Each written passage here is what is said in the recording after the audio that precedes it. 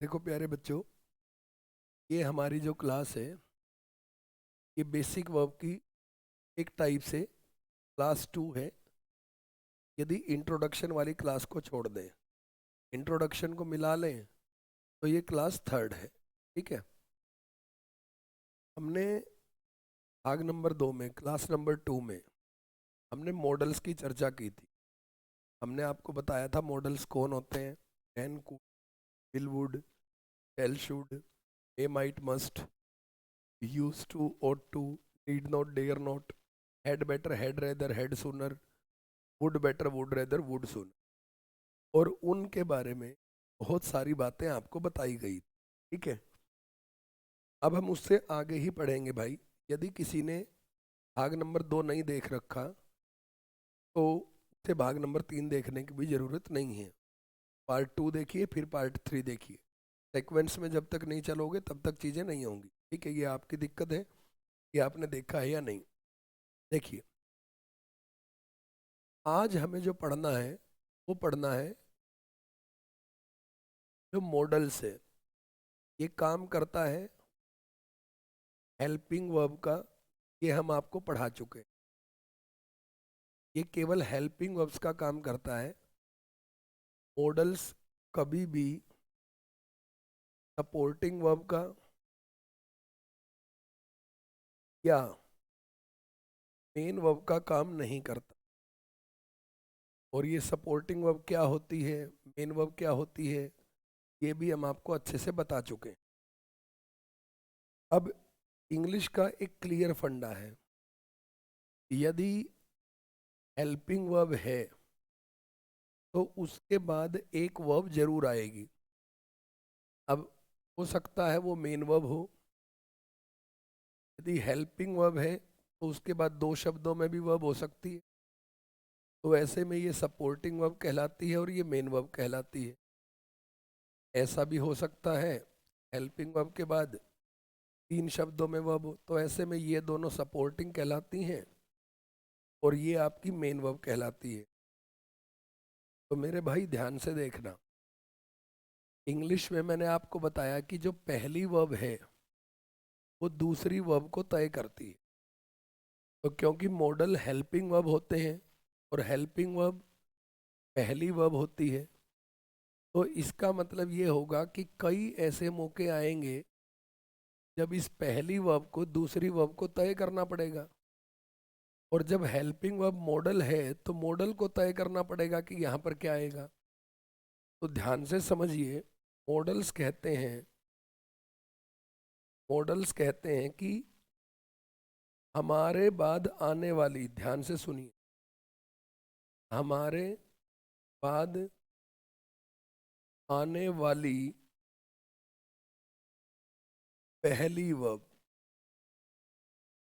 Model क्या कहते हैं, ध्यान से सुनिए। मॉडल ये कहते हैं हमारे बाद आने वाली पहली वर्ब, यानी कि केवल पहली। केवल पहली, जैसे मान लो यहाँ मॉडल है तो इस वाली वर्ब की हम बात कर रहे हैं। यहाँ पर मॉडल है तो हम इस वर्ब की बात कर रहे हैं, क्योंकि आने वाली केवल पहली वर्ब, हम इसकी बात नहीं कर रहे हैं। फिर यहाँ पर देखिए, हमने कहा ये मॉडल है मान लो, तो ये इस वर्ब की बात कर रहा है, इनकी और इनकी बात नहीं कर रहा है। तो मॉडल्स के बाद आने वाली केवल पहली वर्ब इसमें लिखी जाती है, V1 में लिखी जाती है। यहाँ ना तो V2 चलेगा, ना V3 चलेगा, ना V4 चलेगा, ना V5 चलेगा। मॉडल्स के बाद आने वाली केवल पहली वर्ब हमेशा V1 में आएगी। तो यदि यहाँ पर मॉडल है तो ये V1 में आएगी। हेल्पिंग वर्ब बहुत सारी बन सकती हैं। ये मैं जो अभी पढ़ा रहा हूँ आपको, मैं ये पढ़ा रहा हूँ कि मॉडल के बाद यदि एक ही शब्द में वर्ब है तो ये V1 होगा। यदि मॉडल के बाद 2 शब्दों में वर्ब है तो ये V1 होगा। यहाँ पर क्या आएगा, ये तय करेगी। मॉडल के बाद यदि शब्दों में वर्ब है तो यहाँ पर V1 आएगा कोई भी बच्चा मॉडल के लिए यहाँ पर V1 मत कर देना, यहाँ पर V1, यहाँ पर V1 मत कर देना। मैं फिर बता रहा हूँ, आप लोग ये पढ़ लेते हो कि मॉडल के बाद वर्ब का फर्स्ट फॉर्म आएगा। आप लोग ये पढ़ लेते हो कि मॉडल के बाद वर्ब का फर्स्ट फॉर्म आएगा, लेकिन सिर्फ इतना काफ़ी नहीं है, सिर्फ इतना काफ़ी नहीं है। मॉडल के बाद फर्स्ट फॉर्म आएगा ये सबको पता है, लेकिन वो फर्स्ट फॉर्म कैसे आएगा? यदि एक शब्द में वर्ब है तो वही फर्स्ट फॉर्म है, दो शब्दों में वर्ब है तो ये जो पहला वर्ड है ये तो फर्स्ट फॉर्म आएगा, लेकिन ये नहीं आएगा। मॉडल अपना प्रभाव इस पर तो डालेगा लेकिन इन पर नहीं डालेगा, ये बात आपको समझनी पड़ेगी। तो मॉडल के बाद फर्स्ट फॉर्म आएगा, इस बात को बहुत अच्छे से ध्यान रखिए। अब मैं आपको एक बात और बताता हूँ। मैं यहाँ लिख रहा हूँ एक शब्द एडवर्ब, बहुत इंपॉर्टेंट वर्ड लिख रहा हूँ, एडवर्ब। जो एडवर्ब होता है वो होता है जो वर्ब के बारे में जानकारी देने वाले शब्दों का समूह है, उसे एडवर्ब कहते हैं। खैर हमें एडवर्ब नहीं पढ़ना अभी, सिर्फ एक छोटी सी चीज पढ़नी है। देखिए, एडवर्ब बहुत डिफरेंट डिफरेंट टाइप्स का होता है, लेकिन एक होता है एडवर्ब ऑफ फ्रीक्वेंसी, जो बड़ा इंपॉर्टेंट होता है। Adverb of frequency, adverb of frequency मतलब वो शब्द, वह शब्द जो हमें ये बताए कि कोई काम कितनी बार हुआ है, कोई काम कितनी बार हुआ है। यदि आपके वाक्य में कोई ऐसा शब्द है जो आपको ये बताने का काम कर रहा है कि आपका जो काम है वो कितनी बार हुआ, ऐसे शब्द को एडवर्ब ऑफ फ्रीक्वेंसी कहते हैं। अब ये जो फ्रीक्वेंसी है ये भी दो टाइप की होती है, बहुत अच्छे से ध्यान दीजिएगा, बहुत इंपॉर्टेंट है। ये जो फ्रीक्वेंसी है ये भी दो टाइप की होती है। एक को बोलते हैं डेफिनेट फ्रीक्वेंसी, डेफिनेट फ्रीक्वेंसी, और एक को बोलते हैं इनडेफिनेट फ्रीक्वेंसी। मतलब क्या है इस बात का? मतलब ये है मेरे बच्चों कि देखो, डेफिनेट मतलब फिक्स पता है कितनी बार। जैसे मान लो कोई काम एक बार होता है, once, twice, thrice, 4 times, 10 times. ये यदि इस तरीके से लिखते हैं, ये काम साल में एक बार होता है, वंस होता है, ट्वाइस होता है, थ्राइस होता है, 4 टाइम्स होता है, 10 टाइम्स होता है, 20 टाइम्स होता है, तो इसको बोलते हैं डेफिनेट फ्रीक्वेंसी। ये बड़ा इंपॉर्टेंट है, इनडेफिनेट फ्रीक्वेंसी। इनडेफिनेट फ्रीक्वेंसी क्या है? इनडेफिनेट फ्रीक्वेंसी है कि कोई काम हमेशा होता है, ऑलवेज। कोई काम नेवर, कभी नहीं होता। सेल्डम, कभी कभार होता है। यूजुअली, प्राय होता है। Often, always, never, seldom, usually, often, इस तरीके के कुछ वर्ड आएंगे।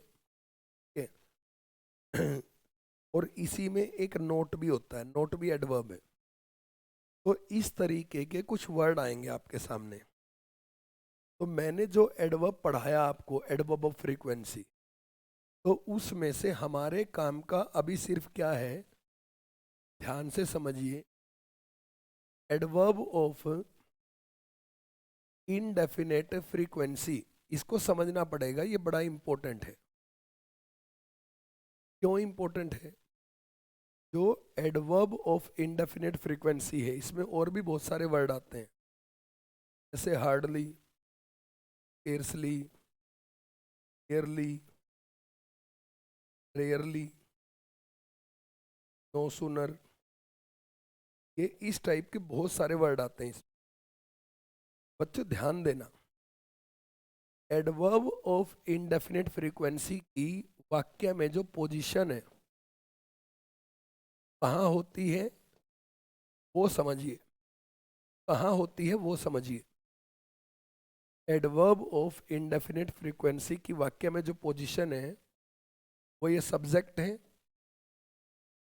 यदि एक ही शब्द में मेन वर्ब है, ठीक है, तो यहां होती है मेन वर्ब के पहले, एडवर्ब ऑफ इंडेफिनिट फ्रीक्वेंसी। यदि आपको अपने वाक्य में एडवर्ब ऑफ इंडेफिनिट फ्रीक्वेंसी लिखना है तो ध्यान से समझिए। जैसे मैंने कहा कि ऑलवेज कम्स ऑन टाइम, मैं आपको एक फंडा समझा रहा हूं। मैंने आपको ये समझाया था कि मान लो एक ही शब्द में वर्ब है, तो पहले तो मैंने कहा था इसे मेन वर्ब कहेंगे, ठीक है। फिर मैंने ये बताया था आपको कि जो सब्जेक्ट है वो अपना प्रभाव पहली वर्ब पर डालता है। इस पर डालता है, पहली वर्ब पर। तो सब्जेक्ट के लिए इसको चेक करना है। लेकिन जब एडवर्ब आ जाती है ना तो आप कंफ्यूज हो जाते हैं। जैसे यहाँ पर आ गई, ये सब्जेक्ट है। भाई यदि तुम मेरी बात ध्यान से सुनोगे तो तुम्हें मजा आएगा। देखिए ऑलवेज एडवर्ब है और ये मेन वर्ब है। मैंने ये नहीं कहा था कि सब्जेक्ट अपना प्रभाव अपने बाद आने वाले पहले अक्षर पे डालता है। मैंने ये बिल्कुल नहीं कहा था। मैंने ये कहा था भाई जब आप मुझसे पढ़ रहे हो ना और परफेक्शन की तरफ बढ़ना चाहते हो तो आपको सबसे ज़्यादा ध्यान इसी बात पर देना पड़ेगा कि सर बोल क्या रहे हैं। क्योंकि सही में और गलत में बहुत ज़्यादा अंतर नहीं है इंग्लिश में। छोटी सी बात जो बोली उसको थोड़ा सा भी गलत समझ लिया तो वो गलत हो जाएगी। सब्जेक्ट अब एक लाइन फिक्स याद रखो, देखो सब्जेक्ट अपना प्रभाव अपने बाद आने वाली पहली वर्ब पर डालता है।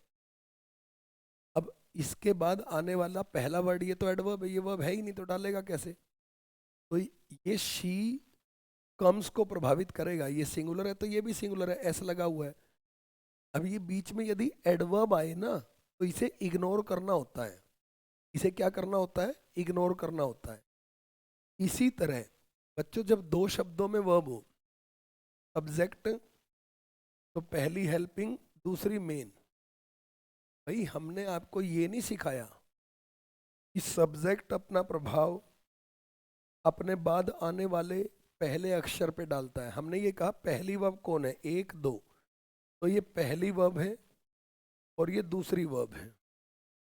तो भैया सिंपल सा फंडा ये चलेगा इंग्लिश में, सब्जेक्ट अपना प्रभाव पहली वर्ब पर डालेगा और पहली वर्ब अपना प्रभाव दूसरी वर्ब पर डालेगी, ये याद रखना है।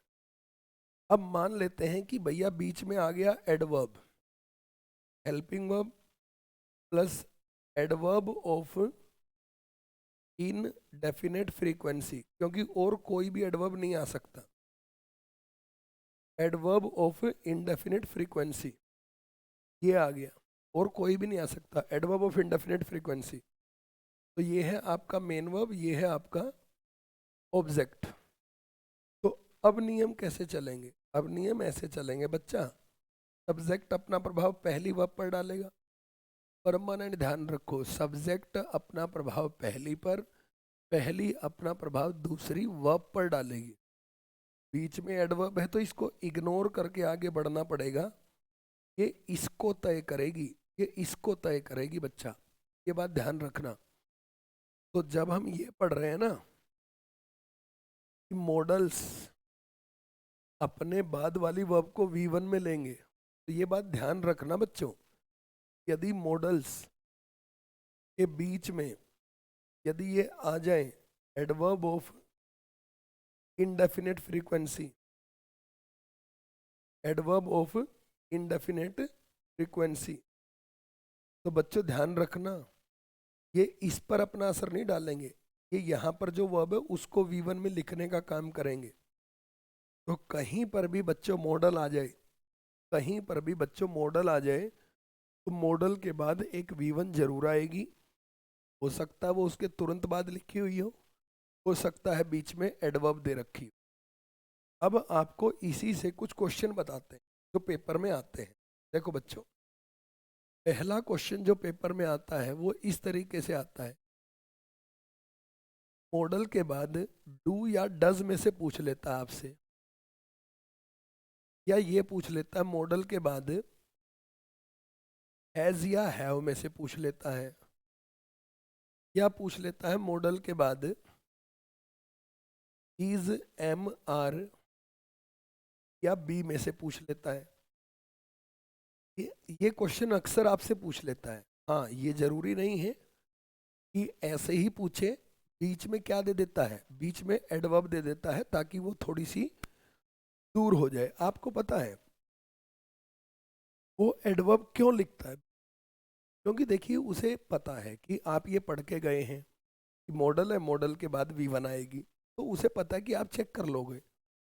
लेकिन उसको ये भी पता है कि यदि बीच में एडवर्ब डाल दिया ना, तो तुम उस एडवर्ब को ही V1 समझ लोगे और तुम्हारा लिंक टूट जाएगा और तुम सही जगह ध्यान नहीं दे पाओगे। तो तुम्हें ऐसा नहीं करना है। तो देखो, अब ये क्वेश्चन है कि भाई इनसे क्वेश्चन आते हैं बिल्कुल डिट्टो ऐसे ही। भाई हमने कहा मॉडल के बाद क्या आएगा, V1 आएगा। अब V1 क्या होता है भाई, हमने आपको बताया V1 प्लूरल वर्ब होता है। और हमने आपको ये भी बताया कि जो V1 में जब SEIS जोड़ते हो तो V5 बनता है, और V5 सिंगुलर वर्ब होता है। V5 क्या होता है? Singular verb. तो भैया मॉडल के बाद V5 अलाउड नहीं है, यानी कि मॉडल के बाद सिंगुलर वर्ब अलाउड नहीं है। और सिंगुलर वर्ब अलाउड नहीं है तो यानी कि SEIS वाली वर्ब अलाउड नहीं है। तो देखिए डू डज में SEIS वाली डज है, हैज हैव में एस वाली हैज है, और बी का जो है वो इज, एम, आर ये जनरल फॉर्म होता है। और यदि मॉडल के बाद लिखना है तो बी का फॉर्म ये वाला लिखेंगे, बी वाला ये वाले नहीं लिखेंगे। तो ध्यान रखिए, यदि मॉडल के बाद कभी भी आपको डू डज डिड का फॉर्म लिखना पड़े तो डू लिखेंगे। मॉडल के बाद यदि आपको हैव का फॉर्म लिखना पड़े तो हैव लिखेंगे। और मॉडल के बाद यदि आपको बी का फॉर्म लिखना पड़े तो खुद बी ही आएगा और कुछ अलग नहीं आएगा।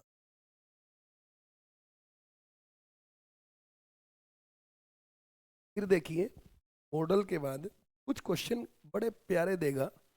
देखिए वो कुछ जानबूझ के ऐसी वर्ब देगा जिसका फर्स्ट फॉर्म सेकंड फॉर्म को लेकर आप थोड़ा कंफ्यूज रहते हैं। जैसे वो दे देगा हेल्ड। अब आपको देखिए, नॉर्मली यदि वो प्लेड देता, मॉडल के बाद यदि वो प्लेड देता तो ये आपके लिए इजी था। क्यों? क्योंकि आपको पता है ईडी काट के प्ले कर दो। तो ऐसा क्वेश्चन कम उम्मीद कीजिएगा, ऐसा क्वेश्चन ज़्यादा उम्मीद कीजिए। देखिए वर्ब के वो फॉर्म्स जो ईडी लगकर नहीं बनते उन्हें इरेगुलर वर्ब्स कहते हैं। और आपके पेपर में, आपके कंटेंट में ईडी वाली वर्ब से ज़्यादा क्वेश्चन नहीं पूछे जाएंगे। तो इसलिए आप उन वर्ब्स को जरूर याद करें जो ईडी के पैटर्न से हटकर हैं। ठीक है? तो देखिए जैसे असली वर्ब होती है होल्ड, और सेकंड फॉर्म होता है हेल्ड और हेल्ड। अब ये वाला क्वेश्चन आप तभी सोल्व कर सकते थे जब आपको वर्ब के फॉर्म्स आते हो। बेशक आपको मॉडल्स आता हो, लेकिन यदि मॉडल्स आता है और वर्ब के फॉर्म्स नहीं पता आपको तो फिर वर्ब चैप्टर आप सोल्व ही नहीं कर पाएंगे। इसलिए जो इरेगुलर वर्ब्स हैं उनको आपको याद करना ही करना पड़ेगा। और ये तो सिर्फ एक है। देखिए ऐसा भी क्वेश्चन आ जाता है, जैसे मॉडल है, अब मॉडल के बाद लिखा आ गया सक्सीड। अब आप क्या करेंगे, आप इस सक्सीड को काट के और निकल लेंगे। आप कहेंगे नहीं ईडी नहीं आएगा, जबकि ये सही था, ये V1 है, ये सही है, इसमें कोई दिक्कत नहीं है। अब वो जानबूझ के ऐसे क्वेश्चन क्यों देगा? क्योंकि उसे ये तो पता है कि हो सकता है तुम्हें ये याद हो गया हो मॉडल के बाद V1 आएगा, लेकिन उसको अभी भी ये डाउट है कि आपको वर्ब के फॉर्म पता है या नहीं, कि उसने सक्सीड पूछ लिया। अब दरअसल सच्चाई क्या होती है, इंग्लिश में एक वर्ब होती है सक्सीड, इसका सेकंड फॉर्म होता है सक्सीड के बाद एक और ईडी लगता है। थर्ड फॉर्म होता है सक्सीड के बाद फिर एक और ईडी लगता है। तो ये V1 है। तो हर ईडी भी सेकंड फॉर्म नहीं होती, हर ईडी भी थर्ड फॉर्म नहीं होती है। तो ये सक्सीड वाला याद रखिएगा, ये क्वेश्चन आएगा पेपर। ये होल्ड वाला याद रखिएगा। इसके बाद एक और वर्ब बताता हूँ, मॉडल के बाद गोट लिख के देगा आपको। दरअसल असली वर्ब होती है गेट, गोट और गोट। तो भैया मॉडल के बाद गोट नहीं, क्या आएगा? आएगा।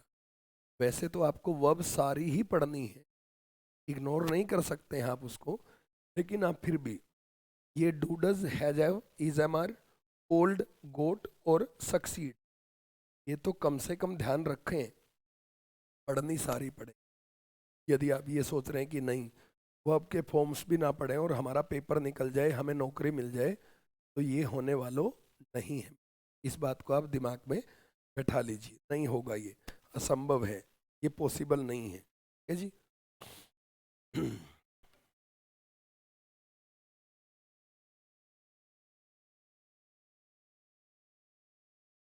चलिए, तो यहाँ पर मॉडल्स के बारे में एक बात तो क्लियर होती है, ठीक है। अभी ये मत सोचना कि मॉडल्स के बारे में तुम्हें सब कुछ पता लग गया। अभी तुम्हें मॉडल्स के बारे में एक तो ये पता चला है कि मॉडल्स कौन होते हैं, ठीक है। दूसरा ये पता चला है कि मॉडल्स के बाद जब वर्ब लिखनी है, मॉडल्स हेल्पिंग का काम करते हैं, सपोर्टिंग मेन का काम करते नहीं है। वो सपोर्टिंग और मेन के स्थान पर आएंगे भी नहीं, और मॉडल अपने बाद आने वाली केवल पहली वर्ब को V1 में लिखते हैं। यदि वर्ब 4 है तो पिछली दो का क्या करना हमें नहीं पता। ये पहला मॉडल है तो यहाँ V1 आएगा, इन दो का क्या करना है ये अभी हमें नहीं पता, ठीक है। तो इतनी बात आपको समझ में आ गई होगी। अब बढ़ते हैं इससे आगे। मॉडल्स में एक गलती और दी जाती है। मॉडल्स के बेसिक्स से एक टाइप है क्वेश्चन पूछने का। क्वेश्चन पूछने का एक टाइप है भैया, बहुत अमेजिंग क्वेश्चन है वो, ध्यान से देखना।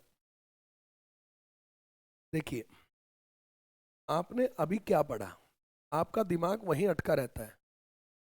मान लो ये सब्जेक्ट है, यहाँ मॉडल आया, यहाँ पर मान लो एडवर्ब भी आ गया, यहाँ पर मान लो एक मेन वर्ब आ गई। अब आपका दिमाग इतना सीख चुका है,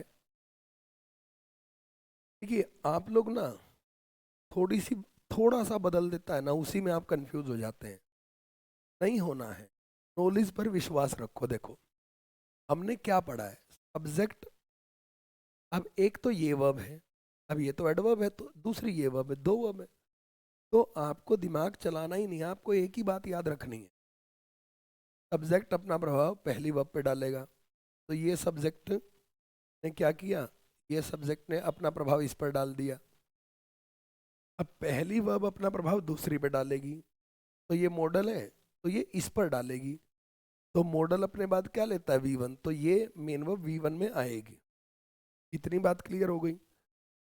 लेकिन आपको बच्चों में बता दूं, मॉडल यहाँ पर हेल्पिंग वर्ब है, ठीक है। अब बच्चों में आपको बताता हूँ, यदि हमें इंग्लिश में कोई भी वाक्य इंटरोगेटिव स्ट्रक्चर में लिखना हो,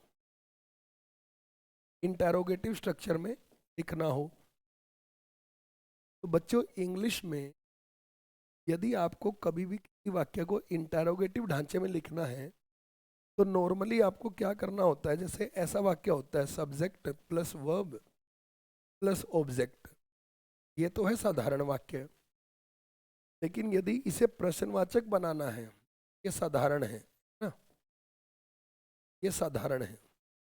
यदि इसको प्रश्नवाचक बनाना है तो बिल्कुल एक छोटा सा काम करना होता है। प्रश्नवाचक बनाने के लिए आपको पहले हेल्पिंग वर्ब लिखनी होती है, फिर सब्जेक्ट लिखना होता है और फिर बची हुई वर्ब लिखनी होती हैं। यानी कि इसमें प्रश्नवाचक वाक्य में जो पहली वर्ब है, प्रश्नवाचक वाक्य में जो पहली वर्ब है वो सब्जेक्ट से पहले लिखी जाती है। फिर पहली वर्ब, जैसे मान लो दो शब्दों में वर्ब होती तो पता है हेल्पिंग वर्ब पहले आती, फिर सब्जेक्ट आता, फिर आती सपोर्टिंग वर्ब, फिर आता मेन वर्ब, फिर आता ऑब्जेक्ट। मान लो तीन शब्दों में वर्ब होती, चार में होती, तो ऐसे बनता helping verb plus subject plus supporting verb, दो आ जाती, चार शब्दों में वर्ब होती, फिर मेन वर्ब और फिर ऑब्जेक्ट। बेटा जितना बारीकी से मैं सिखा रहा हूं ना, इतना बारीकी से असंभव है कि कोई मॉडल या किसी टॉपिक को समझा दे। हाँ, बस बात नहीं करता बीच में, वो एक अलग चीज़ है, क्योंकि यदि बात करेंगे ना तो रिदम टूट जाएगा बेटा। ठीक है, बस सुनते चले जाओ, इंग्लिश मैथ की तरह ना लगे ना तो मुझे कह देना, लेकिन भाई पढ़ना पड़ेगा। ठीक है, कंसंट्रेशन करनी पड़ेगी। ठीक है, मज़ा नहीं मिलेगा, नाचूंगा नहीं भाई। ठीक है, मैं मुजरा नहीं करता। ठीक है, पढ़ना है बिल्कुल प्यार से, अंत बेसिक से, बिल्कुल गहराई से हर चीज़ पढ़ा दूंगा। ठीक है, तो देखिए ध्यान से। यहाँ पर एक बात समझ लीजिए, ये हेल्पिंग वर्ब है। प्रश्नवाचक यदि लिखना है तो ये हेल्पिंग वर्ब है। ये पहली वर्ब सब्जेक्ट से पहले लिख दी तो क्या हो गया, नियम वही है। तुम ये मत करो सब्जेक्ट अपना प्रभाव अपने बाद आने वाली पहली पर डालते। यार मैंने कहा है क्या, मैंने आपको बार बार एक ही बात कही है, मेरी बात को इसको ध्यान से सुन। सब्जेक्ट अपना प्रभाव अपने क्लोज में आने वाली पहली वर्ब पर डालेगा, पहली वर्ब पर, और पहली वर्ब अपना प्रभाव क्लोज में आने वाली दूसरी वर्ब पर डालेगा, और दूसरा वर्ब अपने क्लोज में आने वाले तीसरी वर्ब पर प्रभाव डालेगा, तीसरी वर्ब चौथी वर्ब पर प्रभाव डालेगा। तो देखिए बच्चा, यहाँ पर सब्जेक्ट सिंगुलर है या प्लूरल, उसके लिए इसको मत छेड़ देना। सब्जेक्ट अपना प्रभाव इस पर डालेगा और ये अपना प्रभाव इस पर डालेगी। सब्जेक्ट अपना प्रभाव इस पर डालेगा, ये इस पर डालेगी और ये इस पर डालेगी। सब्जेक्ट अपना प्रभाव इस पर डालेगा, ये इस पर डालेगी और ये इस पर डालेगी और ये इस पर डालेगी। और यदि यहाँ पर मॉडल है तो V1 ये आएगा, V1 ये आएगा, V1 ये आएगा। क्वेश्चन दिखाते हैं आपको, देखिए मैं अब सीधा क्वेश्चन लिख के दे। एक बात और बता दूं, जब मॉडल बढ़ेगा आगे खूब क्वेश्चन कराऊंगा मैं। भैया पहले कॉन्सेप्ट को उसकी आत्मा से समझो, इसको ऐसा मत सोचो कि बस यार एक जो चीज़ समझा दी उसी का एग्जाम्पल हो जाए। नहीं, सारे मॉडल के स्ट्रक्चर के एक साथ क्वेश्चन कराऊंगा। पहले सारे कॉन्सेप्ट क्लियर करूंगा, एक एक चीज़ समझाऊंगा, उसकी आत्मा को खोल के आपके सामने रखूंगा। अब देखिए ध्यान से, can she has a big house to live in, ये क्वेश्चन दिया मैंने। भाई नॉर्मली यदि शी के साथ ये हैज और हैव में से लिखना हो तो मुझे इतना पता है कि जो सी है वो सिंगुलर है, तो सिंगुलर वर्ब एस वाली होती है तो हैज आएगा। लेकिन इस क्वेश्चन को देखो मेरे भाई, भाई ये देखो, ये हेल्पिंग वर्ब है, ये मेन वर्ब है, और हेल्पिंग वर्ब सब्जेक्ट से पहले आ गई तो ये प्रश्नवाचक है। तो ऐसे में सब्जेक्ट अपना प्रभाव इस पर डालेगा। सब्जेक्ट ने अपना प्रभाव मॉडल पे डाला और मॉडल कहता है कि मैं अपने लिए दूसरी वर्ब लिखूंगा, तो दूसरी ये है। तो मॉडल कहता है कि भाई पढ़ा तो रखा है तुम्हें कि मॉडल के बाद V1 आता है, V5 नहीं आता।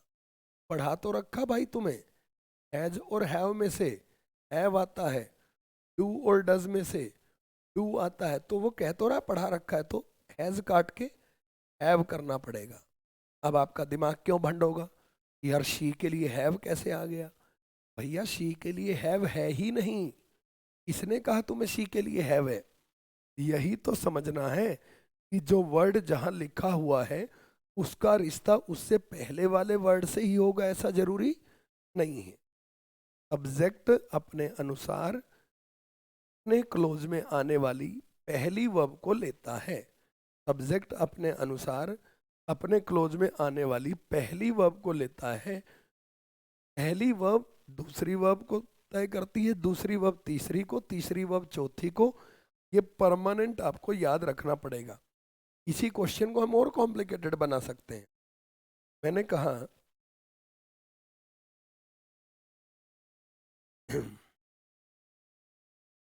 Will they always did it in the same manner. देखिए मैंने क्वेश्चन लिखा, did they always will they always did it in the same manner. देखिए कितना सिंपल है, ये विल मॉडल है, आपको पता होना चाहिए, और मॉडल हेल्पिंग वर्ब होता है, तो आपको ये पता होना चाहिए ये दे क्या है, ये सब्जेक्ट है, ऑलवेज फ्रीक्वेंसी है, तो एडवर्ब है, डिड एक और वर्ब है, फिर ये इट है और कोई वर्ब नहीं है, तो ये मेन वर्ब है। तो भैया ऐसे चलता है फंडा, सब्जेक्ट अपना प्रभाव पहली पे और पहली अपना प्रभाव दूसरी पे, वो दूसरी कहीं भी है, बीच में सब्जेक्ट आया एडवर्ब आया, हमें क्या मतलब है उससे। तो मॉडल के बाद V1 आता है तो डिड थोड़ी आएगा मेरे भाई, डू आएगा, क्योंकि डू V1 है। तो ऐसे अद्भुत अद्भुत क्वेश्चन आते हैं। देखिए सवाल उसने आपसे एक ही पूछना है, सवाल मेरे भाई उसने आपसे एक ही पूछना है।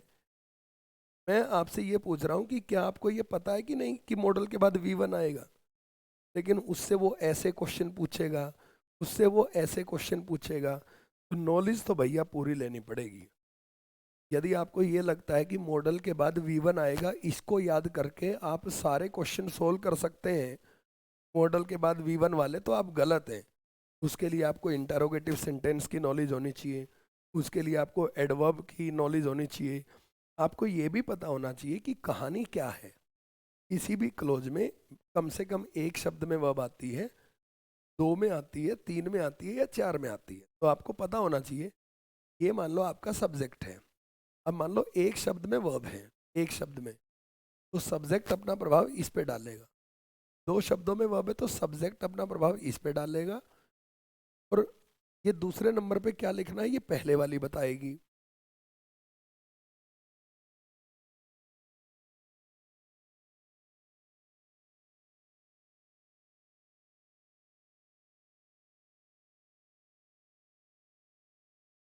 इसी तरह मेरे भाई जब तीन शब्दों में वर्ब है तो सब्जेक्ट प्रभाव पहली पे, पहली दूसरे पे, दूसरी तीसरे।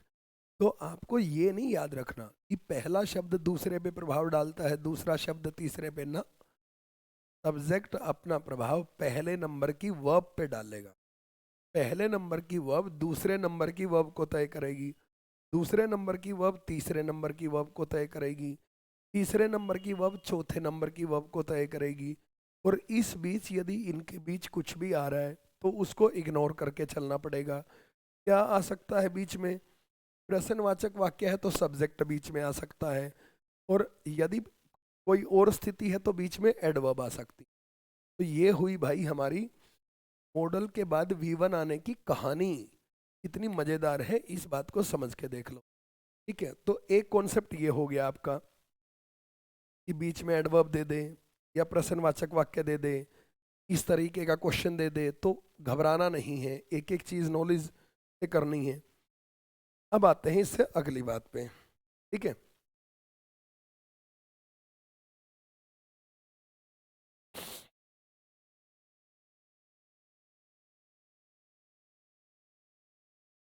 धीरेन्द्र भाई, आपके साथ मेरा फ़ोन पे कम्युनिकेशन इस्टेब्लिश है मैथ वाली क्लास के लिए, ठीक है। तो आई थिंक बेटर है कि इसको वहीं कर लें, ठीक है।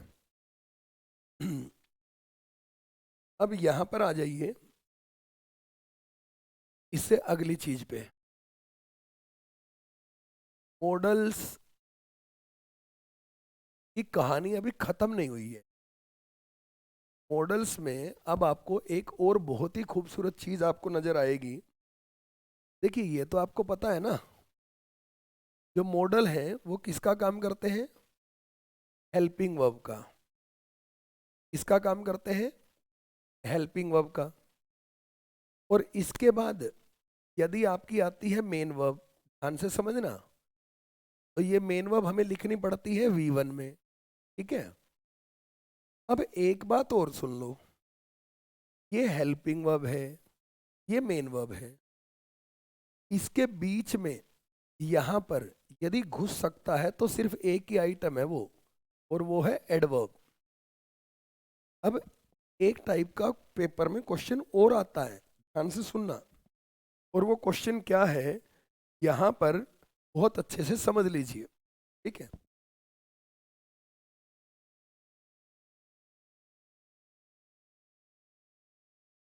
धीरेन्द्र मित्र, आपको मैं एक बार और कहूंगा, मैंने कमेंट्स के लिए आप सबको अलाउ कर रखा है, या तो जब क्लास में स्टार्ट करता हूं उस समय, या क्लास जब खत्म होती है उस समय। जब क्लास में पढ़ा रहा होता हूं उस दौरान किसी भी तरीके का कमेंट पढ़ाई से अलग, वो माइंड को भैया डिस्ट्रैक्ट करता है, क्योंकि मैं आपको जो पढ़ा रहा हूं वो इतने क्रमानुसार पढ़ाने की जरूरत है। इस बात को आप समझ लीजिए। हम पढ़ रहे हैं इंग्लिश, आप कमेंट कर रहे हैं किसी और चीज का। जब क्लास खत्म होती है तो लास्ट में हर क्लास के बाद ऑब्जर्व कीजिए, मैं टाइम देता हूं कि now comment your all queries, और मैं वहां पर हर बात का जवाब देता हूं। भाई ड्यूरिंग क्लास आप ये मत कीजिए, ठीक है, क्योंकि ये क्लास बाद में सैकड़ों बच्चे देखेंगे, ये जो टॉक है ये रेलेवेंट नहीं है उनके लिए। इतनी बार समझाया है फिर भी समझ नहीं आती है, टॉपिक से रिलेटेड पूछिए। देखिए, यहां पर हम बात कर रहे हैं, जो हेल्पिंग वर्ब है इसके बीच में एडवर्ब आ सकती है। अब मॉडल के स्ट्रक्चर से ही इतने टाइप के क्वेश्चन आते हैं। देखो, एक तो मॉडल में ये पढ़ना है, अभी तो मॉडल बहुत बचा है।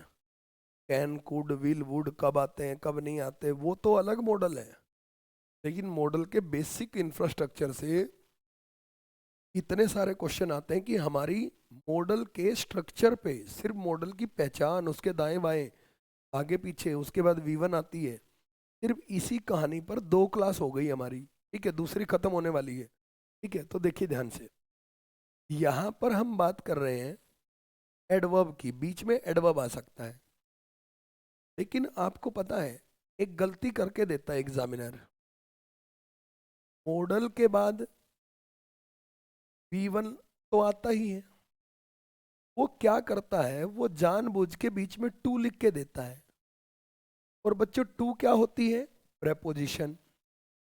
तो टू अलाउड नहीं है, ध्यान, टू क्या, कोई भी प्रेपोजिशन अलाउड नहीं है, लेकिन वो लिख के क्या देगा आपको? टू लिख के देगा। आपने कहा सर इसमें क्या है, ये तो हम कर ही लेंगे। नहीं बच्चों, ये क्वेश्चन आपसे गलत होगा। क्यों होगा? ध्यान से समझिए। बच्चों, ऐसा नहीं है कि वो इतना बेवकूफ है कि किसी भी मॉडल से टू का क्वेश्चन दे देगा, नहीं। देखो, आपको याद करना पड़ेगा कि मॉडल में 2 मॉडल थे, एक तो नीड नोट और एक डेयर नोट। ये 2 मॉडल थे, आपको याद होने चाहिए, ठीक है। अच्छा, मॉडल में कोई भी छेड़खानी अलाउड नहीं होती। तुम नीड नोट को नीड्स नोट मत कर देना, डेयर नोट को डेयर्स नोट मत कर देना, या नोट मत हटा देना इनका। यदि मॉडल में इतनी सी भी छेड़खानी कर दी ना, तो वो मॉडल नहीं रहेगा, और यदि वो मॉडल नहीं रहेगा तो वो मॉडल के नियम भी फॉलो नहीं करेगा। तो मॉडल तभी तक है जब तक वो जैसा पढ़ाया वैसा ही है। तो बच्चों, पता है ये वाला जो क्वेश्चन है वो किससे पूछता है? वो एक तो इनसे पूछता है, और दूसरा पूछता है बच्चों सेमी मॉडल से। सेमी मॉडल से अब होगा क्या, वो ऐसे क्वेश्चन पूछेगा, ऐसे क्वेश्चन पूछेगा। सेमी मॉडल के बाद टू देगा, ऐसे पूछेगा। अब वो ये वाला क्वेश्चन यहीं क्यों पूछता है, कैन कुड से क्यों नहीं पूछता? क्योंकि कैन कुड के साथ जब टू को पढ़ोगे तो वो पढ़ने में इतना अजीब हो जाता है कि कोई भी उसको काट देगा। और इनके साथ जब टू को पढ़ोगे तो वो पढ़ने में इतना अच्छा लगता है कि सबको लगता है कि नहीं टू आएगा। तो ध्यान से सुनना, तीन बातें सीखनी है यहाँ पर। यदि नीड नोट है तो मॉडल है, डेयर नोट है तो मॉडल है, बीच में टू आया तो काटना पड़ेगा बच्चे, पढ़ने में अजीब लगे या सही। सेमी मॉडल है यानी had better had rather had sooner, would better would rather would sooner, उसके बाद टू आए तो काटना पड़ेगा। लेकिन बच्चों एक बात और ध्यान रखना, यूज्ड टू के बाद वी वन आया और ओ टू के बाद वी वन आया, तो मेरे भाई ये वाला टू मत काट देना, क्योंकि ये जो टू है ये सही है, क्योंकि ये मॉडल का हिस्सा है, मॉडल का हिस्सा है। ठीक है भाई, यूज्ड मॉडल नहीं होता ना, यूज्ड टू मॉडल होता है, ओट मॉडल नहीं होता, ओट टू मॉडल होता है। तो ये वाला टू तो रखना है, लेकिन एक्स्ट्रा टू काटना है। देखो जैसे क्वेश्चन देता हूं मैं, ध्यान से समझना। मैंने कहा she need not to allow him to go outside, I dare not to call her, you had better to leave now. देखो बच्चों कोई भी क्वेश्चन देख लो, हमने कहा you need not to allow him, you need not to allow him, ये पढ़ने में सही लग रहा है, लेकिन नीड नॉट मॉडल है, और ये V1, ये V1, ये हेल्पिंग वर्ब, ये मेन वर्ब, तो बीच में एडवर्ब आ सकती है, प्रेपोजिशन नहीं आ सकता। I dare not to call her, तो टू काटना पड़ेगा। हैड बेटर मॉडल है तो V1 आएगा पीछे। अब इसको जब बिना टू के पढ़ोगे ना तो ये अजीब लगेगा। पढ़ के देखो, she need not allow him. देखो एक तो कहो I dare not to call her, और एक कहो I dare not call her. ऐसा लग रहा है कि अजीब सा लग रहा है कुछ, लेकिन बच्चों सिंपल सा लॉजिक है। मॉडल के बाद V1 आएगा और बीच में कुछ आना है तो एडवर्ब आएगा, भैया प्रेपोजिशन नहीं आएगा। हेल्पिंग वर्ब और मेन वर्ब के बीच में प्रेपोजिशन नहीं आता, तो टू नहीं आता तो नहीं आता, टेंस बने या ना बने। तो इस बात को भी ध्यान रखना, ये कॉन्सेप्ट भी बहुत इंपॉर्टेंट है, ये कॉन्सेप्ट भी बहुत बहुत अच्छा कॉन्सेप्ट है। इसको आपको ध्यान रखना है, A to Z चीज इसमें आपको कवर होनी चाहिए आपकी। तो मैंने आपको कहा कि स्ट्रक्चर से ये टू वाला क्वेश्चन भी खूब आता है, लेकिन ये क्वेश्चन आएगा नीड नोट से, डेयर नोट से, सेमी मॉडल में सभी से। ये टू वाला क्वेश्चन ये नहीं देगा I can to go, I can to go, ये नहीं देगा, ये तो सबको पता है गलत है। लेकिन यदि ये कहे I need not to do it, अब ये सही लग रहा है, I need not to do it, और इसको काटना I need not do it, अब गलत लग रहा है। लेकिन ऐसा नहीं है बच्चों, नीड नोट के साथ टू कटेगा, डेयर नोट के साथ टू कटेगा, ऐसा नहीं रटना है, बिल्कुल क्लियर समझो भाई। यदि तुमने इसको ऐसे रटा ना नीड नोट के साथ कटेगा, नहीं, गलत है। मॉडल के बाद कोई भी मॉडल है, अब नीड नोट और डेयर नोट मॉडल है ये हमें पता है, मॉडल या सेमी मॉडल के बाद जब V1 लिखना है तो बीच में टू नहीं आएगा, बिल्कुल क्लियर है, रट्टा नहीं मारना है, अलग अलग मत याद करो। ये याद करो नीड नोट मॉडल होता है, डेयर नोट मॉडल होता है, लेकिन हाँ छेड़खानी मत करना। नीड नोट की जगह नीड है तो परिस्थिति बदल जाएगी, डेयर नोट की जगह डेयर है तो परिस्थिति बदल जाएगी। तो ये हमने मॉडल का बेसिक स्ट्रक्चर पढ़ा है अभी, ठीक है। तो आज हमने समझा मॉडल के बाद V1 आए तो गी कैसे आएगी, टू नहीं आएगा, एडवर्ब आ गई, बीच में सब्जेक्ट आ गया, V1 V5 में क्या अंतर है। तो इतनी बारीकी से आपको मैंने पढ़ाया है ये हिस्सा कि आपको अल्टीमेट लेवल का मजा आना चाहिए। ठीक है। अच्छा, अब एक बात और बता देते हैं आपको। अब अगले 2 सेशंस में मॉडल खत्म हो जाएगा। अब अगले सेशन में अब मॉडल के बेसिक स्ट्रक्चर में कुछ बचा है तो पहले उसको पढ़ाएंगे। उसके बाद फिर मॉडल में कैन कुड का भी यूज़ करते हैं, विल वुड का भी यूज़ करते हैं, शेल शुड का भी यूज़ करते हैं, मे माइट मस्ट का भी यूज़ करते हैं, use to need not dare not इनके क्या यूज़ होते हैं, सेमी मॉडल्स के क्या यूज़ होते हैं, ये सारे यूज़ आपको अगली 2 सेशंस में कंप्लीट करके बता देंगे। तो इस तरीके से पहले 4 भाग में वर्ब चैप्टर में पहला भाग है इंट्रोडक्शन अबाउट वर्ब, फिर है मॉडल्स। मॉडल्स को 4 भाग में हम पढ़ लेंगे। तो पहले 5 भाग में एक मॉडल को चाहे चैप्टर मान लो चाहे सब चैप्टर मान लो, मॉडल खत्म हो जाएगा पहले 4 भाग में। ठीक है, और परफेक्शन में खत्म होगा। उसके बाद मॉडल से रिलेटेड कोई क्वेरी आपके माइंड में रहेगी नहीं। ठीक है जी, तो इस बात को आप ध्यान रखिए। ठीक है, तो यहाँ तक किसी को कंटेंट रिलेटेड जो आज पढ़ाया इससे रिलेटेड कोई भी क्वेरी हो तो आप कमेंट करके बताइए। I will answer your all the queries. ठीक है, पहले कंटेंट जो पढ़ा है उससे रिलेटेड कमेंट कीजिए और कमेंट जरूर किया करो। ठीक है, यदि पढ़ाई से रिलेटेड, यदि आपके कंटेंट से रिलेटेड कोई भी क्वेरी आपको आती है तो बाद में भी कमेंट करने का ऑप्शन होता है, उसको बाद में भी किया करो। लाइव में हो तो लाइव किया करो, नहीं तो बाद में भी किया करो, पढ़ाई से रिलेटेड कमेंट। ठीक है, और रेस्ट कोई भी कम्युनिकेशन इस्टेब्लिश करना तो ये नंबर दे ही रखा है। ठीक है, हाँ आप ये जरूर शिकायत कर सकते हैं।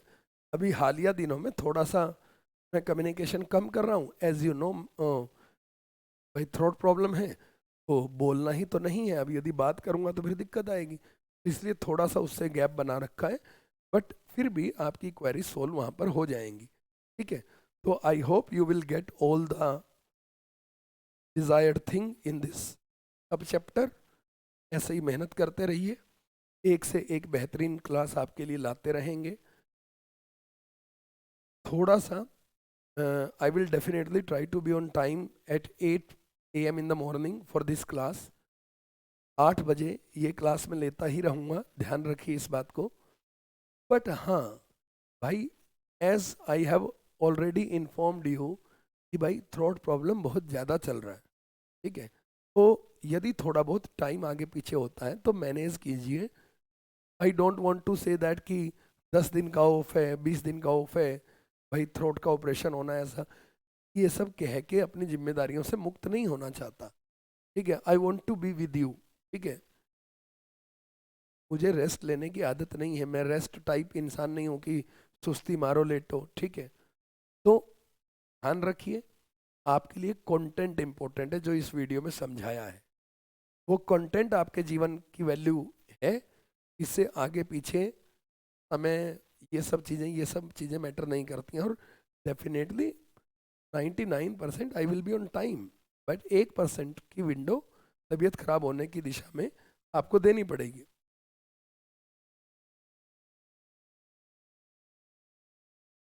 ठीक है, तो चलिए, पढ़ाई से रिलेटेड कोई कमेंट आपका है नहीं, रेस्ट अब कोई भी बातचीत है वो कमेंट कर सकते हैं आप। धन्यवाद, राम राम, जय हिंद।